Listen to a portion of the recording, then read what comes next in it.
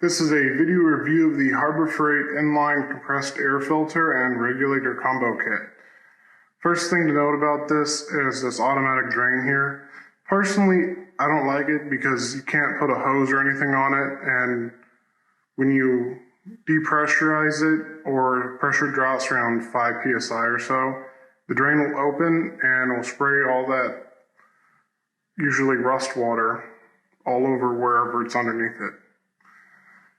I would recommend using unions on either side, or you're going to have a really hard time, like me, getting it to not leak. I wish I would have known they existed at the time, because it's really that much of a pain in the butt.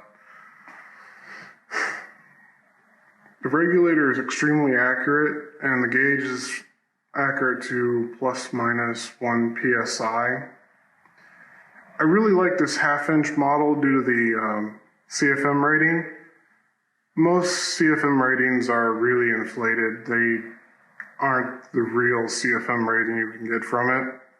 And as the filtering element loads up, you'll have an even sharper drop in CFM, which leads to pressure drop over the dynamic flow pressure, which causes you to raise the static pressure in order to compensate.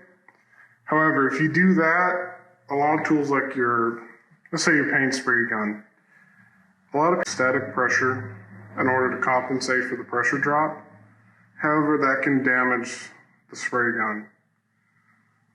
And it is extremely effective. I've had something to note, the problems people have been having with these is more user error, which these aren't exactly things they tell you and are rather hard to find on. But do not connect it directly to your air compressor, as the vibration can damage the regulator and or filter, and all regulators and filters are susceptible to this. Second is you have water come through the filter and not get filtered out. This is because it's a 40 micron filtering element. It's not like a desiccant dryer, which can do water vapor. You need to condense the water out of the air first. A 20 feet of steel pipe, half inch or so for 10 CFM of air is enough to cool the air enough to condense the water out of it. But if you're using a hose, I would